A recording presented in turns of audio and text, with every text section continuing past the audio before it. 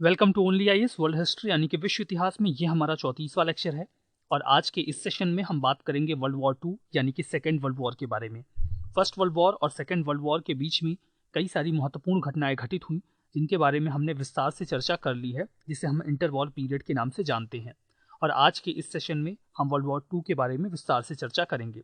World war to को शुरू करने से पहले आप ये जान लीजिए कि आखिर ये लड़ाई किन दो पावर्स के बीच में लड़ी गई थी या फिर किन दो पार्टीज के बीच में लड़ी गई थी। तो देखिए, इस लड़ाई में एक ओर थे अलाइड पावर्स जबकि दूसरे ओर थे एक्सिस पावर्स। अलाइड पावर्स में कौन से देश थे, उन्हें कौन लीड कर रहा था, इसके बारे में आप सबसे पहले जान लीजिए। अलाइड पावर्स को लीड कर रहा था ग्रेट ब्रिटेन और वहां पर उस समय वहां के प्राइम मिनिस्टर विंस्टन चर्चिल थे। दूसरा महत्वपूर्ण देश था फ्रांस, जहां पर चार्ल्स डी गोले फ्रांस के लीडर थे। ये फ्रांस के लीडर उस समय थे जब फ्रांस जर्मनी के कंट्रोल में नहीं गया था। देखिए, शुरुआती दौर में ही जर्मनी ने फ्रांस पर कंट्रोल करके हमला करके महज 4 दिनों में फ्रांस को अपने कंट्रोल में ले लिया था। तो उसके बाद बहुत लंबे समय तक फ्रांस जर्मनी के कंट्रोल में रहा। बाद में अलाइड कंट्रीज ने मिलकर फ्रांस को जर्मनी के कंट्रोल से बाहर किया और उसके बाद ही जर्मनी डिक्लाइन करना शुरू कर देता है। सोवियत यूनियन बाद में युद्ध में एंट्री करता है जब जर्मनी उनके ऊपर अटैक कर देता है। जोसेफ स्टालिन उस समय कम्युनिस्ट डिक्टेटर थे सोवियत यूनियन यानी कि यूएसएसआर में। यूनाइटेड स्टेट्स ने भी पर्ल हार्बर पर जापान के हमले के बाद इस युद्ध में खुद को शामिल कर लिया था। उस समय वहां के प्रेसिडेंट फ्रैंकलिन डी रूजवेल्ट थे। अगर हम बात करें एक्सिस पावर्स की तो उसमें 3 बहुत ही महत्वपूर्ण देश थे, जिनमें देखिए सबसे पहला महत्वपूर्ण देश था जर्मनी, जो कि इस पूरे वॉर को एक्सिस पावर्स की ओर से लीड कर रहा था और वहां पर नाजी डिक्टेटर था अडोल्फ हिटलर। दूसरा महत्वपूर्ण देश था इटली, वहां पर भी फासिज्म की पॉलिसी डोमिनेंट थी और वहां पर जो फासिस्ट डिक्टेटर थे वो थे बेनिटो मुसोलिनी। तीसरा महत्वपूर्ण देश था जापान, जो कि एशिया का बहुत ही बड़ा इंपीरियल पावर था और वो एशिया के बहुत ही बड़े हिस्से पर कब्जा जमाना चाहता था। वहां के आर्मी जनरल उस समय थे हिडेकी तोजो। देखिए, वहां पर राजा का तो रोल था ही, इसके अलावा वहां के जो आर्मी जनरल थे, जो कि वहां के प्राइम मिनिस्टर भी थे, हिरोकी तोजो, वो इस पूरे वॉर को लीड कर रहे थे। और वहां पर उस समय जो एम्परर थे वो थे हिरोहितो, और वो भी एक इंपीरियल माइंडसेट के थे। वो चाहते थे कि जापान का जो एम्पायर है वो बहुत बड़ा हो। तो हमने देखा कि सेकंड वर्ल्ड वॉर में कौन सी दो पार्टीज थी जो आपस में युद्ध लड़ रही थी। ये 3 लीडिंग देश थे। बाकी ग्रेट ब्रिटेन के साथ उनकी सारी कॉलोनीज थी, इंक्लूडिंग इंडिया। फ्रांस की अपनी कॉलोनीज थी। सोवियत यूनियन के प्रभाव क्षेत्र में जो देश थे, यूनाइटेड स्टेट्स ने कई सारे आइलैंड पर ऑलरेडी कब्जा कर रखा था, जिन्हें बाद में जापान ने ऑक्यूपाई कर लिया था। और तो इस तरीके से जर्मनी, इटली, जापान, इनके भी जो अलाइड कंट्रीज थे, जो इनके साथ में आने वाले देश थे, वो इनका साथ दे रहे थे। तो हमने वर्ल्ड वॉर की पार्टीज के बारे में जान लिया। अगर आप इन्हें मैप में देखना चाहते हैं, देन यू कैन सी, यहाँ पर जो रेड कलर आप देख रहे हैं ये एक्सिस पावर्स हैं या फिर एक्सिस कंट्रीज हैं। यहाँ पर देखिए जर्मनी है, ये इटली है, ये रोमानिया है, यहाँ पर जापान है, फिनलैंड। हालांकि शुरुआती दौर में इनका जो समर्थन था वो एक्सिस पावर्स को ही था, बट रशिया ने यूएसएसआर उस समय हुआ करता था, तो उसने फिनलैंड पे कब्जा कर लिया था। तो ये मैप में बाकी येलो कलर जो आपको दिख रहे हैं ये सभी अलाइड कंट्रीज हैं। इंडिया को भी आप देख सकते हैं, सिंस इंडिया उस समय ग्रेट ब्रिटेन की कॉलोनी हुआ करता था, तो इसलिए इंडिया ने भी ग्रेट ब्रिटेन की तरफ से पार्टिसिपेट किया था। हालांकि कांग्रेस ऐसा नहीं चाहती थी, फिर भी ठीक है।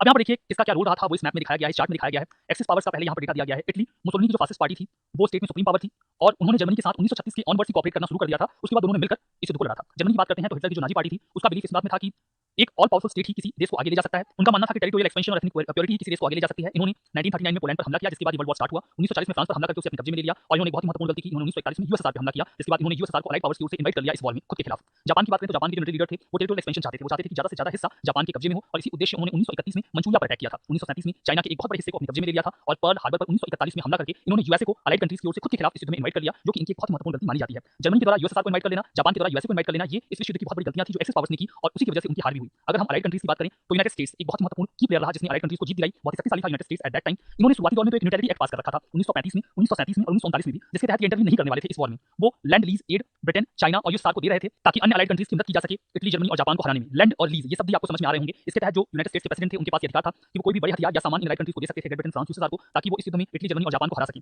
लैंड लीज का मतलब ये था कि उस समय इन देशों के पास कई बार इतने पैसे नहीं हुआ करते थे कि वो सारा पैसा यूनाइटेड स्टेट्स को पे कर सकें। तो इसमें ये था कि अभी उनकी मदद कर दी जाए, उन्हें उधार दे दिया जाए या कोई भी हथियार लीज पर दे दिया जाए, जिसके पैसे वो बाद में भी पे कर सकते थे। हालांकि जापान ने 1941 में जब पर्ल हार्बर पर हमला कर दिया, जो कि बहुत बड़ा इंस्टॉलमेंट था पैसिफिक ओशन में यूएसए का, उसके बाद यूएसए ने इस वॉर में सीधे तौर पे अपनी हिस्सेदारी शामिल कर दी। बात करते हैं ग्रेट ब्रिटेन की।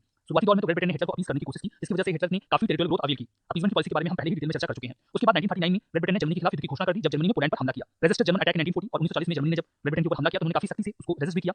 यूएसए से काफी बड़ी मात्रा में इनको एड मिली लैंड लीज प्रोग्राम के तहत और कैश एंड कैरी प्रोविजन के तहत। कैश एंड कैरी प्रोविजन था क्या था, मैं आपको यही बता देता हूं। देखिए, उस समय स्थिति ऐसी आ गई थी कि जो ये एक्सिस कंट्रीज थी, इटली, जर्मनी, जापान, ये किसी भी ऐसी शिपमेंट को तहस नहस कर देते थे, खत्म कर देते थे जो कि हथियारों की सप्लाई करता हो अलाइड कंट्रीज को।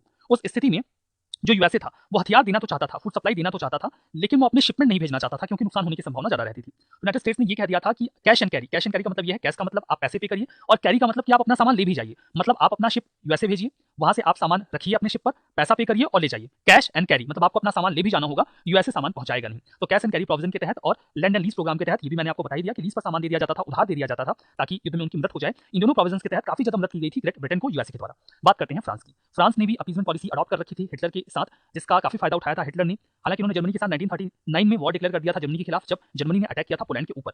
हालांकि 1940s में नाजीज ने ऑक्यूपाई कर लिया था पूरे फ्रांस को, बहुत बाद में इन्हें मुक्त कराया जा सका। बात करते हैं यूएसएसआर की। यूएसएसआर कम्युनिस्ट एक कंट्री थी जो कि वहां पर बहुत ही हार्श डिक्टेटर थे, नाम था जोसेफ स्टालिन। इन्होंने एक इंडस्ट्रियल पावर क्रिएट कर रखी थी पूरी यूएसएसआर में। शुरुआती दौर में तो उन्होंने एक नॉन एग्रेशन पैक्ट साइन कर रखा था जर्मनी के साथ 1939 में, जिसके तहत जर्मनी और यूएसएसआर एक दूसरे के ऊपर हमला नहीं करने वाले थे, जिसके तहत इन्होंने जर्मनी और यूएसएसआर के बीच के सभी देशों को युद्ध करके आपस में बांट लेने का भी प्लान बना रखा था। लेकिन जो हिटलर की महत्वाकांक्षा थी वो बहुत ज्यादा थी और इसी के चलते उन्होंने यूएसएसआर के ऊपर अटैक कर दिया, जिसके बाद यूएसएसआर भी इस युद्ध में जर्मनी के खिलाफ शामिल हो गया। इन्हें भी यूएस से काफी एड मिली हुई थी ताकि वो जर्मनी को हरा सके। तो इन कुछ कंट्रीज के बारे में बेसिक बातें हमने यहाँ पर जान ली। हमने लैंड लीज प्रोग्राम के बारे में जाना, हमने कैश एंड कैरी प्रोविजन के बारे में भी जाना। तो चलिए आगे बढ़ते हैं, देखते हैं सेकंड वर्ल्ड वॉर के आखिर कारण क्या रहे, बिकॉज क्वेश्चंस तो यहाँ से बनते हैं, आपसे कारण पूछा जाता है, प्रभाव पूछा जाता है। तो शुरुआत करते हैं ट्रीटी ऑफ वर्साइल्स से। ट्रीटी ऑफ वर्साइल्स जो कि फर्स्ट वर्ल्ड वॉर के बाद साइन की गई थी, जिसमें बहुत ही ह्यूमिलिएटिंग क्लॉज थी जर्मनी के लिए, जिसके तहत जर्मनी को फर्स्ट वर्ल्ड वॉर के लिए पूरी तरीके से जिम्मेदार ठहरा दिया गया था और उन्हें बहुत सारा वॉर कंपनसेशन भी पे करना था। उन्हें मिलिट्री नहीं रखने देने के आदेश थे, राइनलैंड को डीमिलिटराइज कर दिया गया था ताकि फ्रांस और बेल्जियम खतरे से बाहर हो जाए। इन सभी प्रोविजन से वहां के लोगों में काफी असंतोष था। इन बिटवीन एक लीडर इमर्ज होकर आता है, नाम था हिटलर। उसने वादा किया कि वो जर्मनी का आत्मसम्मान वापस दिलाएगा और इन्हीं सारी बातों से उसने बरगलाकर सत्ता अपने हाथों में ले ली और फिर एक ऑफेंसिव ट्रेट अपना लिया, जिसके तहत उन्होंने दूसरे देशों को अपने कब्जे में लेना शुरू कर दिया ऑन द नेम कि वहां पर जर्मन निवासी रहते हैं। तो ट्रीटी ऑफ वर्साइल्स ने ही सेकंड वर्ल्ड वॉर के बीच बो दिए थे, ऐसा माना जाता है। तो जब भी सेकंड वर्ल्ड वॉर के कॉजेस की बात आती है तो पहला जो पॉइंट बनता है that is treaty of Versailles, because शुरुआत तो यहीं से हुई थी। दूसरी बात, राइज ऑफ हिटलर। हिटलर का राइज होता है। हिटलर एक नेशनलिस्ट लीडर था, या आप उसे हाइपर नेशनलिस्ट कह सकते हैं, जिसका मानना था कि एक देश ही युद्ध के जरिए आगे बढ़ सकता है और कोई विकल्प नहीं है, और वो ज्यादा से ज्यादा जमीन चाहते थे। उनका ये मानना था कि जो जर्मन देश है या आर्यन देश है वो बहुत ही सुपीरियर देश है, उसे रहने के लिए ज्यादा जगह की जरूरत है, ज्यादा रिसोर्सेज की जरूरत है, और इसीलिए यूरोप के एक बहुत बड़े हिस्से को जर्मन कंट्रोल में लाना चाहते थे। तो इनका जो राइज था इसने भी सेकंड वर्ल्ड वॉर को आगे बढ़ाया। तीसरा कारण रहा राइज, ये पहला कारण था, ये था दूसरा, that is third, rise of fascism in Italy. Fascism Italy में इमर्ज हुआ। बेनिटो मुसोलिनी ने रोम तक मार्च करके सत्ता को अपने हाथों में ले लिया। इनकी भी फिलॉसफी एग्रेसिव ही थी, जिसके बाद इन्होंने भी सेकंड वर्ल्ड वॉर में कंट्रीब्यूट किया। Japanese expansionism. जापान भी यूके, फ्रांस, अमेरिका जैसे देशों की तरह ही एक ऐसी पावर बनना चाहता था जिसके पास बहुत सारी टेरिटरीज हों। एक्सपेंशनिज्म की उनकी जो पॉलिसी थी, सेकंड वर्ल्ड वॉर ने उन्हें एक अच्छा सा मौका दे दिया। वो उसके पहले भी हमले कर रहे थे, आसपास की टेरिटरीज को अपने कब्जे में ले रहे थे। तो उन्हें जब सेकंड वर्ल्ड वॉर का एक मौका मिला तो उन्होंने सोचा कि लगे हाथ हम युद्ध में शामिल हो जाते हैं और बड़े हिस्से को अपने कब्जे में ले लेते हैं। तो जापानीज एक्सपेंशनिज्म भी एक महत्वपूर्ण कारण रहा सेकंड वर्ल्ड वॉर के लिए। नेशनलिज्म, ये जो नेशनलिज्म की फीलिंग थी जो कई बार हाइपर नेशनलिज्म में कन्वर्ट हो गई, इसका फायदा बखूबी उठाया गया हिटलर के द्वारा, बेनिटो मुसोलिनी के द्वारा, ताकि वो लोगों को अपनी तरफ झुकाकर समर्थन हासिल कर सके युद्धों के लिए। मिलिटरिज्म, शुरुआती दौर में फर्स्ट वर्ल्ड वॉर के बाद जर्मनी या अन्य जो देश थे उनकी मिलिट्री को कमजोर करने का प्रयास किया गया था, लेकिन धीरे धीरे उसके बाद सभी देश अपनी मिलिट्री पावर को बढ़ाने लगे। तो ये जो मिलिटरिज्म था, इसके तहत उन्हें ये लगता था कि वो सर्वशक्तिशाली हैं, वो किसी भी देश को बड़े आराम से हरा सकते हैं, और ये जो भावना थी इसने उन्हें सेकंड वर्ल्ड वॉर यानी कि द्वितीय विश्व युद्ध की ओर ढकेल दिया। सातवां पॉइंट, अपीजमेंट। अपीजमेंट के बारे में हमने विस्तार से चर्चा लास्ट सेशन में की थी, जिसमें मैंने आपको बताया कि किस तरीके से जर्मनी की ऐसी मांगों को भी स्वीकार कर लिया गया युद्ध को टालने के लिए जो मानने लायक नहीं थी, और यही कारण था कि जर्मनी इम्बोल्डन हुआ, इटली इम्बोल्डन हुआ और उन्होंने खुद को द्वितीय विश्व युद्ध की ओर आगे बढ़ाया। इकोनॉमिक डिप्रेशन, 1929 से 1933 तक जो इकोनॉमिक डिप्रेशन आया, उसके दौरान बहुत सारा अनएम्प्लॉयमेंट क्रिएट हो गया, लोग बहुत ही डिस्ट्रेस में आ गए थे। लोगों की इस सिचुएशन का फायदा उठाया गया, जो डिक्टेटोरियल रूलर्स थे लाइक बेनिटो मुसोलिनी और हिटलर, इन लोगों ने लोगों की इस सिचुएशन का फायदा उठाकर उन्हें वादा दिया कि वो सिचुएशन को सही करेंगे, आगे लेकर जाएंगे, और इस इकोनॉमिक डिप्रेशन ने भी इस विश्व युद्ध में एक की रोल प्ले किया।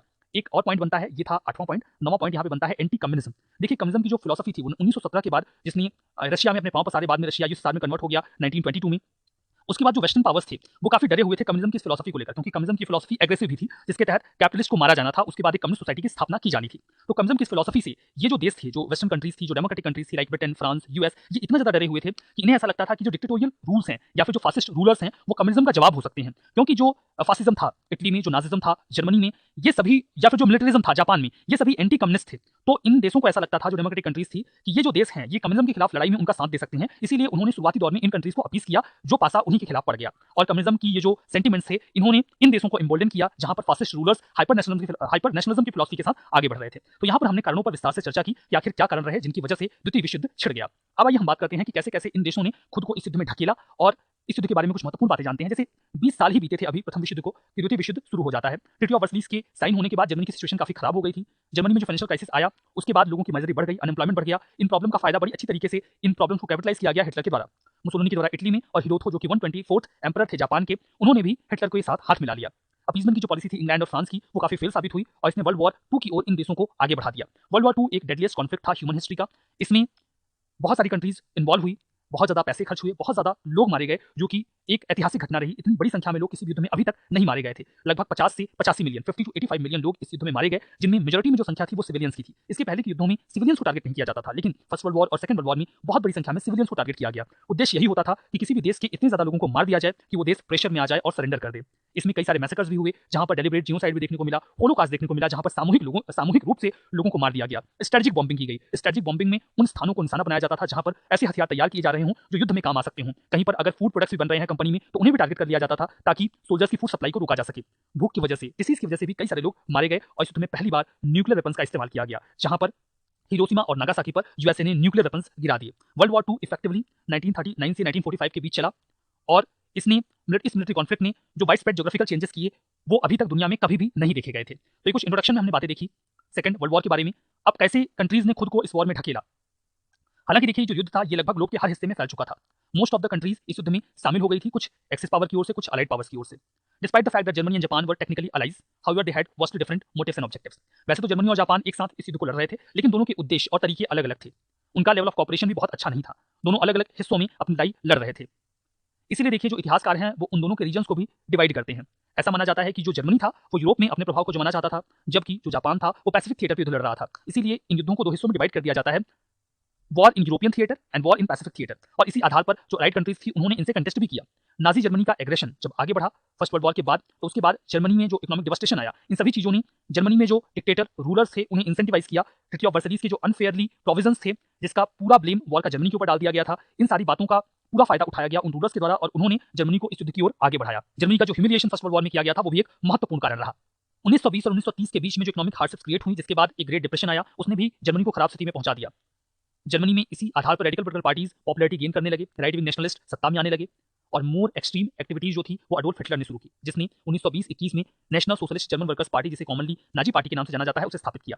बाय द टाइम जर्मनी में जब डिप्रेशन आया तो लगभग 1 लाख जो मेंबर्स थे वो इस पार्टी को ज्वाइन कर चुके थे, जो कि बहुत तेजी से ये पार्टी आगे बढ़ रही थी। 1933 में हिटलर ने जर्मनी के जो प्रेसिडेंट थे पॉल वॉन हिंडनबर्ग, उनसे उन्हें दबाव बना दिया उनके ऊपर कि वो हिटलर को चांसलर नियुक्त कर दें। ये एक ऐसी पोजीशन थी जो कि बहुत ही महत्वपूर्ण थी और इसके बाद हिटलर ने सत्ता को अपने हाथों में समेट लिया। 1935 के बाद जर्मनी ने ट्रीटी ऑफ वर्साइल्स के प्रोविजंस को वायलेट करना शुरू कर दिया। रिस्ट्रिक्शंस जो इंपोज की गई थी कि जर्मनी हथियार नहीं रखेगा, जर्मनी सोल्जर्स को नियुक्त नहीं करेगा, राइनलैंड डीमिलिटराइज रहेगा, इन सभी प्रोविजंस को हिटलर ने तोड़ दिया। इन पार्टिकुलर हिटलर ने अनाउंस कर दिया कि वो अब जर्मनी को एक मिलिट्री फोर्स के रूप में डेवलप करेगा। 1938 तक जर्मनी ने आसपास की टेरिटरीज को एनेक्स करना शुरू कर दिया था, जिसमें ऑस्ट्रिया और चेकोस्लोवाकिया सबसे पहले एनेक्स किए गए। जर्मनी ने पोलैंड पर 1939 में अटैक किया। ब्रिटेन और फ्रांस ने अलाइन होकर जर्मनी को रिटेलिएट किया, जवाबी कार्रवाई की और युद्ध शुरू हो गया। जर्मनी और जापान ग्रेट डिप्रेशन से सीवियरली अफेक्ट हुए थे। जापान भी हैविली इंपोर्टेड रिसोर्सेज पर रिलाई करता था और जब ये डिप्रेशन आया तो उसका फायदा वहां के मिलिट्री लीडर्स ने भी उठाया और जो जापान की पॉपुलेशन बढ़ रही थी उसको फीड करने के लिए जापान को और ज्यादा जगह की जरूरत थी। इसीलिए जापान ने आसपास की टेरिटरीज को अपने कब्जे में लेना शुरू कर दिया था। जो जापानीज मिलिट्री लीडर्स थे वो उस समय काफी प्रभावी हो चले थे सिविलियन गवर्नमेंट के ऊपर। उन्होंने टेरिटोरियल एक्सपेंशन को बेस्ट सोल्यूशन के तौर पर देखा, जिसके जरिए वहां के लोगों की आवश्यकताओं को पूरा किया जा सकता था। एज ए रिजल्ट 1931 के शुरुआती दौर में जापानीज फोर्सेस ने चाइनीज रीजन मंचूरिया को ऑक्यूपाई कर लिया और 1937 तक तो जापान ने चाइना के साथ ऑफिशियली एक वॉर लड़के उसके बहुत बड़े हिस्से को, या यूं कह सकते हैं ईस्टर्न पार्ट को, अपने कब्जे में ले लिया, जो कि जापान के लिए महत्वपूर्ण था। 1940 तक जो जापानीज गवर्नमेंट थी उन्होंने एक न्यू ऑर्डर ईस्ट एशिया में स्टैब्लिश करने के लिए एक अनाउंसमेंट जारी कर दिया था, जिसके तहत वो ईस्ट एशिया को वेस्टर्न इन्फ्लुएंस से बाहर करना चाहते थे और एक ऐसे रीजन के रूप में डेवलप करना चाहते थे जो कि जापान के द्वारा गाइडेड हो। 1940 में जापान ने एक फॉर्मल अलायंस साइन किया जर्मनी और इटली के साथ, दैट वाज ट्राइपार्टीट अलायंस, जिसके बाद इन तीनों देशों ने मिलकर वर्ल्ड वॉर 2 को एक साथ यूनाइटेड तरीके से लड़ने का फैसला किया। In the mean time United states, जो कि जापान के एक्शन से खुश नहीं था क्योंकि पैसिफिक रीजन में जापान अपने प्रभाव को बढ़ा रहा था, जो कि यूएसए का प्रभाव क्षेत्र था, इसके बाद जापान के ऊपर बहुत सारे ट्रेड एम्बार्गो इंपोज कर दिए गए, क्योंकि जापान की बहुत बड़ी जरूरतें इंपोर्ट से पूरी होती थी और अगर उसे बाहर से सामान ना मिले तो उसकी जरूरतें खतरे में पड़ जाती। ऑयल का इंपोर्ट, स्क्रैप मेटल और जो अदर रिसोर्सेज थे जो वॉर के लिए जरूरी थे वो सभी बड़ी मात्रा में यूएसए से आते थे, लेकिन यूएसए ने हर तरीके का ट्रेड जापान के साथ बंद कर दिया। जापान एक इम्पॉसिबल क्राइसिस में फंसता चला जा रहा था। इसके बाद उसने एक बहुत ही प्रॉम्प्ट और डिसिसिव एक्शन लिया। अगर वो ऐसा नहीं लेता तो वैसे भी जापान कोलैप्स करने वाला था। जापान ने फैसला किया कि वो यूएसए के ऊपर अटैक करेगा। यूएसए की एक बहुत ही महत्वपूर्ण नेवल बेस जो कि पर्ल हार्बर में था, पैसिफिक ओशन में, हवाई आइलैंड पर, वहां पर हमला किया गया जापान के द्वारा और इस एक्शन के बाद यूनाइटेड स्टेट्स भी सेकंड वर्ल्ड वॉर में शामिल हो गया, यूरोप और पैसिफिक थिएटर दोनों ही जगहों पर। और उसके बाद वॉर और तेजी से शुरू हो जाता है। War begins. वॉर को और अच्छी तरीके से शुरू करने से पहले हम लोग कुछ बैकग्राउंड ले लेते हैं। कुछ बैकग्राउंड में महत्वपूर्ण घटनाएं घटित हुई थी। जैसे देखिए एंक्लस। एंक्लस एक ऐसा इवेंट है जिसके बाद नाजी जर्मनी ने ऑस्ट्रिया के ऊपर हमला करके 12 मार्च 1938 को ऑस्ट्रिया को अपने कब्जे में ले लिया था। हिटलर ने यह क्लेम किया कि जो एनेक्सेशन था वो उसके डॉक्ट्रिन ऑफ एंस्क्लस के तहत सही है, या नेचुरल पॉलिटिकल यूनिफिकेशन जो जर्मनी का है ऑस्ट्रिया के साथ, उसके तहत सही है। उसका ये मानना था कि ऑस्ट्रिया नाम का देश होना ही नहीं चाहिए, बिकॉज ऑस्ट्रिया की बहुत बड़ी पॉपुलेशन जर्मन है, इसीलिए ऑस्ट्रिया नाम का जो देश बनाया गया था फर्स्ट वर्ल्ड वॉर के बाद वो गलत था। हालांकि ऑस्ट्रिया उसके पहले भी काफी लंबे समय से था। ऑस्ट्रिया एक बहुत बड़ा एम्पायर हुआ करता था, जिसके बारे में हम पहले चर्चा कर चुके हैं। हालांकि वहां की एक बहुत बड़ी पॉपुलेशन जर्मन थी। इसके बाद जब एंक्लस की जो पॉलिसी थी उसके बाद जब विरोध नहीं किया गया जर्मनी का, तो ब्रिटेन और फ्रांस वैसे डिस्टर्ब तो हुए इस इवेंट से, बट उन्होंने कोई एक्शन नहीं लिया। उसके बाद हिटलर ने चेकोस्लोवाकिया के जो कुछ हिस्से थे सुडेटनलैंड जो कि जर्मनी से लगते थे, उनकी मांग की, उनके ऊपर हमला करके सितंबर 1938 में जर्मनी के म्यूनिख में एक कॉन्फ्रेंस हुई जिसे पॉपुलरली म्यूनिख कॉन्फ्रेंस के नाम से जाना जाता है। वहां पर इस सिचुएशन को एड्रेस करने के लिए सभी देश इकट्ठा हुए, बट आयरॉनिकली चेकोस्लोवाकिया वहां पे प्रेजेंट नहीं था। स्टिल ब्रिटेन और फ्रांस ने चेकोस्लोवाकिया का वो जो हिस्सा सुडेटनलैंड का था उसे जर्मनी को दे दिया। उसके बाद जर्मनी एम्बोल्डन हुआ और उसने बाद में पूरे चेकोस्लोवाकिया को ही अपने कब्जे में ले लिया। तो देखिए बैकग्राउंड में ये जो पॉलिसी थी जर्मनी की कि जहां पर भी जर्मन लोग हैं वो हिस्सा जर्मनी का होना चाहिए, इस पॉलिसी ने बहुत ही की रोल प्ले किया फर्स्ट वर्ल्ड वॉर में। दूसरा, German Soviet non aggression pact sign हुआ 23 अगस्त 1939 को।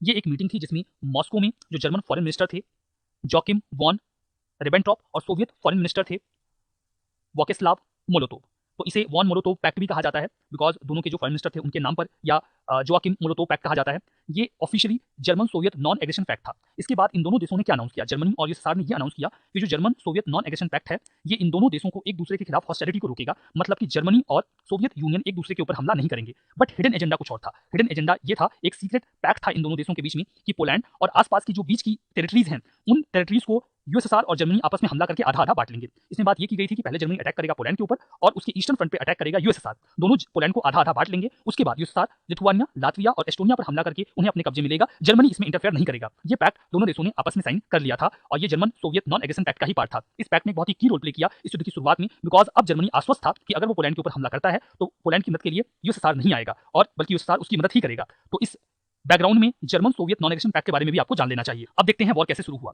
The German invasion of Poland. Germany ने पोलैंड के ऊपर हमला किया और उसके बाद बहुत ही तेजी से हमला किया गया था। ये हमला 1 सितंबर 1939 को किया गया, जिसमें बहुत ही हैवी एयर स्ट्राइक्स की गई और जो ट्रूप्स थी जर्मनी की बहुत तेजी से एडवांस कर रही थी पोलैंड की ओर। हिटलर ने इस स्ट्रेटजी को ब्लिट्जक्रिग या लाइटनिंग वॉर कहा। ब्लिट्जक्रिग या लाइटनिंग वॉर का मतलब यह है कि किसी भी देश पर इतनी तेजी से युद्ध करना उसके साथ कि उसे जवाबी कार्रवाई का कुछ खास मौका ना मिले। धीरे धीरे एडवांस करने की इनकी पॉलिसी नहीं थी। तेजी से अपने ट्रूप्स को, हथियारों को डिप्लॉय किया जाए और लड़ाई करके ज्यादा ज्यादा हिस्से को जल्दी जल्दी अपने कब्जे में ले लिया जाए ताकि कम से कम विरोध झेलना पड़े और जल्दी से जल्दी कम से कम जर्मन लॉस के साथ जो फॉरेन टेरिटरी है उसे कब्जे में ले लिया जाए। जो प्राइमरी ऑब्स्टिकल था जर्मन इन्वेजन के लिए वो पोलिश कैपिटल वार्सा था। वार्सा काफी लंबे समय तक सरेंडर नहीं कर रहा था और बहुत ही प्रोलॉन्ग सीज की गई थी वार्सा के ऊपर। बाद में वार्सा ने अपने आप को सरेंडर कर दिया और वो जर्मन कंट्रोल में आ गया। Western Poland in between. देखिए एक महत्वपूर्ण कारण और था, मैं आपको बता देता हूं। देखिए ये है जर्मनी, ठीक है, ग्रीन कलर में आपको दिख रहा है, ये है ईस्ट प्रसिया। ये भी एक इंडिपेंडेंट स्टेट के तौर पर, या यूं कह लीजिए कि ये जर्मनी का ही पार्ट था। जैसे पाकिस्तान के दो हिस्से हुए थे जब वो आजाद हुआ था, जब पार्टीशन हुआ था भारत पाकिस्तान का, तो एक और पाकिस्तान था, दूसरी ओर ईस्टर्न पाकिस्तान था जो आज का बांग्लादेश है। वैसे ही ये ईस्ट प्रशिया था, ये जर्मनी का ही हिस्सा था। ये देखिए कंट्री है पोलैंड, मैं बॉर्डर ड्रॉ कर रहा हूं, ध्यान से देखिएगा। ये पोलैंड का बॉर्डर है। यू कैन सी कि पोलैंड कहीं भी सी से टच नहीं करता।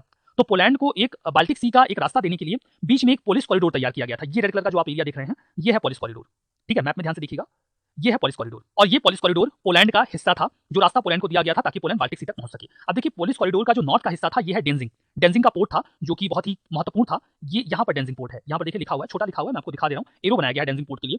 अब जो डेंजिंग पोर्ट था वो एक इंडिपेंडेंट स्टेट था अंडर लीग ऑफ नेशन। वो ना तो पोलैंड के पास था और ना ही जर्मनी के पास, पॉइंट टू बी नोटेड, दोनों में से किसी के पास वो था नहीं। लेकिन डेंजिंग की एक बहुत बड़ी पॉपुलेशन जो थी वो जर्मन थी, तो जर्मनी ये चाहता था कि जो डेंजिंग है वो जर्मनी को दे दिया जाए। लेकिन पोलैंड को ये बात बड़ी अच्छी तरीके से पता थी कि अगर डेंजिंग मिल गया किसको, जर्मनी को, तो जर्मनी ये जो पोलिश कॉरिडोर का रास्ता है उसको ब्लॉक कर देगा, क्योंकि उसके बाद बहुत छोटा सा कॉरिडोर बचेगा जो कि पोलिश कॉरिडोर को जोड़ेगा बाल्टिक सी से, तो उसे ब्लॉक करना बहुत आसान होगा जर्मनी के लिए। यू कैन सी कि ये जो पोलिश कॉरिडोर है वो एक्चुअली में जर्मनी के बीच से होकर गुजर रहा है और जर्मनी को ये बात कभी भी पसंद नहीं आती थी कि जो जर्मनी है उसके दो टुकड़े कर दिए जाएं, उसके बीच में से कोई एक रास्ता किसी थर्ड कंट्री को दिया जाए।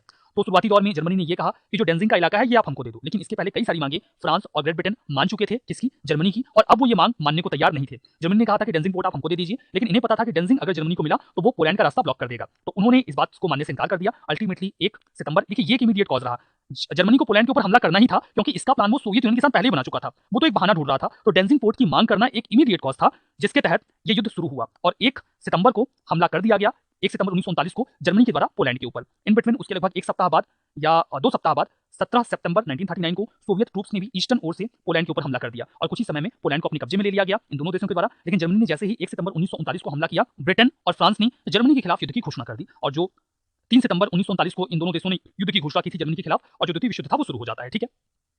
अब देखिए वॉर के मैं कुछ महत्वपूर्ण घटनाओं के बारे में आपको बता देता हूं, बट एक छोटी सी बात मैं आपको यहाँ पर और क्लियर करता हूं। ये जो घटनाएं मैं आपको बता रहा हूं इनसे आपके क्वेश्चन के आंसर्स नहीं बनेंगे, आपको ऐसा ना लगे कि टॉपिक इनकम्प्लीट है, इसलिए मैं आपको ये बता दे रहा हूँ। बाकी ये बातें केवल जानकारी के लिए हैं। क्वेश्चंस बनते हैं कॉजेस पर, या फिर कैसे अलायंसेस बने, उनका क्या प्रभाव रहा, या फिर क्या इंपैक्ट पड़ा, यहाँ से क्वेश्चन बनेंगे। वो आपसे ये नहीं पूछेंगे कि किसने कब वॉर में एंट्री की या फिर कौन सी घटना घटित हुई, ये बातें आपसे नहीं पूछेंगे। हाँ, ये बातें आपके आंसर में बीच में एग्जाम्पल देने के लिए या फिर सब्स्टिट्यूट करने के काम आ सकती हैं। 3 सितंबर 1939 को पोलैंड को जो गारंटी दी गई थी कि उसके बॉर्डर्स को सुरक्षित रखा जाएगा, इसी आधार पर ग्रेट ब्रिटेन और फ्रांस ने भी जर्मनी के खिलाफ युद्ध की घोषणा कर दी। ये एक महत्वपूर्ण घटना रही।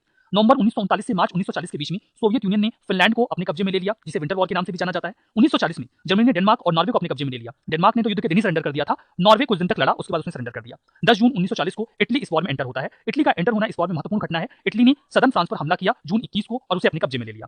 जुलाई 1940 से अक्टूबर 1940 के बीच में एक एयर वॉर होता है, बैटल ऑफ ब्रिटेन, जिसके बाद नाजी जर्मनी यहाँ इस वॉर में हारता है। यहाँ पर जो एयर फोर्स थी वो हमला करने के लिए जाती है ब्रिटेन पर, और ब्रिटेन की जो एयर फोर्स है वो आमने सामने आ जाती है। That was first kind of air war, जहां पर दो वॉरशिप्स या वॉर जो एयर जेट्स हैं, वॉर जेट्स हैं, वो आपस में एक दूसरे के ऊपर गोलियां बरसा रहे थे। तो ये पहला वॉर था जो लड़ाई में, जो कि मतलब पहला वॉर था जो हवा में लड़ा जा रहा था। ठीक है, देखिए 27 सितंबर 1940 को जर्मनी, इटली और जापान ने एक ट्राइपार्टाइट एक्ट साइन किया। इसके तहत तीनों ने ये वादा किया कि वो तीनों मिलकर इस युद्ध में लड़ाई लड़ेंगे। That was tripartite pact. जून 1941 से नवंबर 1941 के बीच में नाजी जर्मनी और इसके एक्सिस पार्टनर्स ने, बल्गारिया शामिल नहीं हुआ था इस ऑपरेशन में, बाकी सभी ने मिलकर सोवियत यूनियन के ऊपर हमला किया। अब सोवियत यूनियन के ऊपर हमला क्यों किया गया था? बिकॉज देखिए, नाजी जर्मनी जो कि जर्मन थे, वो ये मानते थे कि जो जर्मन देश है या जो आर्यन देश है वो बहुत ही सुपीरियर है, उन्हें रहने के लिए ज्यादा जगह की जरूरत है, ज्यादा रिसोर्स चाहिए। उन्हें ऐसा लगता था कि रशिया बहुत बड़ा है और उसे जीतने के बाद उनके पास ज्यादा रिसोर्स होंगे इस लड़ाई के लिए। लेकिन जो गलती इसके पहले नेपोलियन ने की थी, वही सेम गलती यहाँ पर हिटलर के द्वारा की गई। मैंने आपसे एक बात पहले भी कही थी, दोबारा कह रहा हूँ, यूएसएसआर को, जो कि उस समय का सोवियत यूनियन था, उसे हराना आसान था, जीतना संभव नहीं था। यूएसएसआर की टेरिटरी बहुत बड़ी थी, मतलब आप उसे एक छोटे से बैटल में हरा तो सकते हैं, लेकिन आप यूएसएसआर पे कब्जा नहीं कर सकते, बहुत बड़ा है, टू लार्ज टू हैंडल है, ऐसा माना जाता था यूएसएसआर के बारे में। और जब वहां पर सर्दी पड़ती है तो बहुत खतरनाक पड़ती है। उस सर्दी को ना तो नेपोलियन झेल पाया था और ना ही हिटलर झेल पाया। बहुत ही क्योटिक रिट्रीट फेस करनी पड़ी जब अटैक किया गया रशियंस के, इनफैक्ट यूएसएसआर के लोगों के द्वारा या फिर सोवियत यूनियन के द्वारा। उस समय रशिया नहीं था, गलती से रशिया मुंह से निकल आता है। रशिया 1922 में यूएसएसआर में कन्वर्ट हो गया था, सोवियत यूनियन में कन्वर्ट हो गया था। तो जब उन्होंने हमला किया तो इन्हें वापस आना पड़ा और वहां पर उनका काफी नुकसान भी हुआ। दिसंबर 7 1941 में जापान ने पर्ल हार्बर के ऊपर हमला किया। क्यों किया ये मैं आपसे पहले डिस्कस कर चुका हूं। बिकॉज जैसे जैसे जापान पैसिफिक ओशन में एडवांस हो रहा था, वो कई सारी टेरिटरीज को, आइलैंड्स को अपने कब्जे में ले रहा था, जिससे यूएसए खुश नहीं था। यूएसए ने उसके बाद जापान के सारे इंपोर्ट को रोक दिया था। बहुत सारे जो, चूंकि जापान की टेरिटरी ऐसी नहीं है कि वहां पर बहुत कुछ प्रोडक्शन हो सके, तो उनका एक बहुत बड़ी जो उनकी जरूरत है वो इंपोर्ट से पूरी होती थी। जब उनका इंपोर्ट रोक दिया गया ऑयल का, अदर इंपॉर्टेंट मटेरियल का, तो इससे जापान नाराज हो गया। जापान को लगा कि अब यूएसए के खिलाफ युद्ध लड़ना पड़ेगा और उन्होंने पर्ल हार्बर, जो कि बहुत बड़ा मिलिट्री इंस्टॉलेशन था पैसिफिक ओशन में यूएसए का, वहां पर हमला कर दिया। जिसके बाद नाराज यूएसए ने 8 दिसंबर 1941 में इन एक्सिस पावर्स के खिलाफ युद्ध की घोषणा कर दी। उन्होंने दोनों फ्रंट पर लड़ाई शुरू कर दी और जब यूएसए इस युद्ध में आता है तो बहुत ज्यादा बल मिल गया जो अलाइड कंट्रीज थी उन्हें, और ये डिसिसिव भी रहा कि इसकी वजह से जो अलाइड कंट्रीज थी वो जीत भी पाए। अप्रैल 30 1945 को हिटलर सुसाइड कमिट कर लेता है। क्योंकि देखिए उसके बाद जो सभी देश थे, इसके पहले की घटना मैं आपको बता रहा हूँ, ग्रेट ब्रिटेन, यूएसए और बाकी के जो देश थे, उन्होंने मिलकर फ्रांस को जर्मनी के कब्जे से छुड़ाने के लिए एक यूनाइट अटैक किया था, जिसमें हिटलर को काफी हार का सामना करना पड़ा था और वो पीछे हट गए थे। फ्रांस आजाद हो गया तो फ्रांस ने भी इस लड़ाई में पार्टिसिपेट कर दिया। एक ओर से अलाइड कंट्रीज जर्मनी में घुस रही थी, दूसरी ओर से जो रशियन आर्मी थी वो आ रही थी। तो उसके बाद हिटलर को ये लग गया था कि अब वो जीत नहीं पाएगा, उसका अंत समय आ चुका है, तो उसने सुसाइड कमिट कर लिया। 7 मई 1945 को जर्मनी ने वेस्टर्न अलाइज के सामने फाइनली सरेंडर कर दिया, लेकिन अभी भी जापान युद्ध लड़ रहा था। अगस्त 6 और 9 1945 को यूनाइटेड स्टेट्स ने 2 एटॉमिक बॉम्ब हिरोशिमा और नागासाकी पर गिराए। ध्यान दीजिएगा, इन एटॉमिक बॉम्ब्स का निर्माण अभी ही किया गया था, इसके पहले तक दुनिया के पास एटॉमिक बॉम्ब्स नहीं थे। ये बहुत ही डिवास्टेटिंग हथियार थे, इसके पहले तक इतने खतरनाक हथियार नहीं हुआ करते थे। ऐसा भी माना जाता है कि इन बॉम्ब्स को गिराने की जरूरत थी नहीं हिरोशिमा और नागासाकी पर, क्योंकि जापान वैसे भी सरेंडर कर देता। लेकिन यूएसए का ये मानना था कि अगर हम युद्ध लड़ें, कन्वेंशनल वॉर लड़ें, जहां पर आर्मी को भेजें और जापान उसे कंटेस्ट करेगा, तो इसमें बहुत बड़ी संख्या में लोग मारे जाएंगे और हो सकता है कि कुछ और महीनों का समय लग जाए या साल का समय लग जाए जापान को हराने में। तो इतना समय या कैपिटल बर्बाद करने की कोई जरूरत है नहीं। हमारे पास ऐसे बॉम्ब्स हैं जो कि जरा से एफर्ट के बाद एक बहुत बड़ी तबाही मचा सकते हैं, तो इसके जरिए जापान को बर्बाद किया जा सकता है। तो उन्होंने बिल्कुल वही किया। प्लस यूएसए दुनिया को दिखाना भी चाहता था कि उनके पास 2 बहुत ही खतरनाक हथियार हैं, या एक एटॉम बॉम्ब है जो कि दुनिया को खत्म कर सकता है। तो इस शोइंग के लिए भी इस बॉम्ब को गिराया गया हिरोशिमा और नागासाकी पर, जिसके बाद जापान अब इस स्थिति में नहीं था कि वो युद्ध लड़ सके। 14 अगस्त 1945 को जापान ने फॉर्मली सरेंडर किया और वर्ल्ड वॉर 2 यहाँ पर समाप्त हो गया। तो हमने देखा कि वर्ल्ड वॉर 2 की महत्वपूर्ण घटनाएं क्या रही। आप कुछ महत्वपूर्ण बातों के बारे में जानते रहिए। यहाँ पर देखिए, मैं आपको लोकेशन दिखा देता हूँ पर्ल हार्बर की। ये है जापान येलो कलर में, ये है Hawaiian island, Hawaiian group of island, और यहाँ पर ये जो इलाका है ये है पर्ल हार्बर का। ये यहाँ पर बड़े मैप में दिखाया गया है, यहाँ पर हमला किया गया था। ठीक है, अब आइए देखते हैं कि वर्ल्ड वॉर 2 के कंसीक्वेंसेस क्या रहे या इंपैक्ट क्या रहा। इसी पर क्वेश्चन बनेगा आपसे। पहला तो यूरोपियन एज खत्म हो गया। पहले यूरोप बहुत ही प्रभावशाली हुआ करता था, अब अमेरिका और यूएसएसआर प्रभावी हो रहे थे, तो यूरोपियन जो सुप्रीमेसी थी दुनिया से वो खत्म हो गई। दूसरा, यूएस सुपर पावर के रूप में इमर्ज होकर आने लगा, बिकॉज उसने इस युद्ध में बहुत ही की रोल प्ले किया था। इंपीरियलिज्म खत्म होने लगा, क्योंकि हर देश में अब नेशनल मूवमेंट स्टार्ट हो गए। यूरोपियन पावर्स अब इतने स्ट्रॉन्ग नहीं रह गए थे कि वो अपनी कॉलोनीज को सस्टेन कर पाए। डिक्टेटरशिप जर्मनी और इटली में जो था वो समाप्त हो गया। मुसोलिनी को वहां के लोगों ने जान से मार दिया और हिटलर ने आत्महत्या कर ली। जर्मनी को 2 हिस्सों में डिवाइड कर लिया गया, वेस्ट जर्मनी और ईस्ट जर्मनी। ईस्ट जर्मनी जहां पर यूएसएसआर का कब्जा था, और वेस्ट जर्मनी जहां पर ब्रिटेन, फ्रांस और यूएसए का कंबाइंड रूल था। ठीक है, the expansion of Soviet union and it's rise in super power status, इस युद्ध के बाद सोवियत यूनियन एक सुपर पावर के तौर पर इमर्ज होकर आने लगा। सातवीं बात, न्यूक्लियर एज की बिगनिंग हो गई। पहले देखिए केवल यूएसएसआर के पास यूएसए के पास न्यूक्लियर वेपन्स हुआ करते थे, बाद में यूएसएसआर ने इन्हें डेवलप किया, फ्रांस को ये वेपन्स दिए गए ताकि जर्मनी को कंटेन किया जा सके। उसके बाद चाइना ने भी इन वेपन्स को डेवलप किया और फिर अभी 9 देश ऐसे हैं जिनके पास फॉर्मली न्यूक्लियर वेपन्स हैं, including India. The rise of nationalism and independence movement in Asia and Africa, उसके बाद एशिया अफ्रीका के सभी देशों में इंडिपेंडेंस के लिए मूवमेंट स्टार्ट हो गए और अभी यूरोपियन पावर्स इस स्थिति में नहीं थे कि अपनी कॉलोनीज को सस्टेन कर पाए, इसलिए इन देशों को आजादी भी दी गई। इकोनॉमिक प्रॉब्लम्स, अनएम्प्लॉयमेंट, लो ग्रोथ क्रिएट हुआ जो कि लगभग हर युद्ध के बाद होता है। 2 ब्लॉक्स तैयार हो गए, एक जिसे यूएसए लीड कर रहा था, दूसरा यूएसएसआर, जिसकी वजह से कोल्ड वॉर स्टार्ट हो गया। कोल्ड वॉर का टॉपिक अभी हम डिटेल से डिस्कस करेंगे। थर्ड वर्ल्ड कंट्रीज इमर्ज होकर आती हैं। दुनिया 2 हिस्सों में बट रही थी, एक हिस्सा जिसे यूएसए लीड कर रहा था, इसे कहा गया फर्स्ट वर्ल्ड, ठीक है। दूसरा हिस्सा जिसे यूएसएसआर लीड कर रहा था, इसे कहा गया सेकंड वर्ल्ड। एक तीसरा हिस्सा था जिसे इंडिया और कुछ और देश लीड कर रहे थे, इंडिया, इंडोनेशिया और इजिप्ट, घाना। तो इन देशों ने नॉन अलाइनमेंट की पॉलिसी अपनाई, जिन्होंने ना तो यूएसए और ना ही यूएसएसआर के खेमे में जाना स्वीकार किया, तो इन्हें कहा गया थर्ड वर्ल्ड, ठीक है। तो ये एक थर्ड वर्ल्ड कंट्रीज का इमर्जेंस हुआ सेकंड वर्ल्ड वॉर के बाद। और अगला पॉइंट है कि एक रिन्यूड एफर्ट शुरू किया गया जिसके तहत एक ऐसा इंटरनेशनल ऑर्गेनाइजेशन बनाया गया जो आने वाले युद्धों को टाल सके।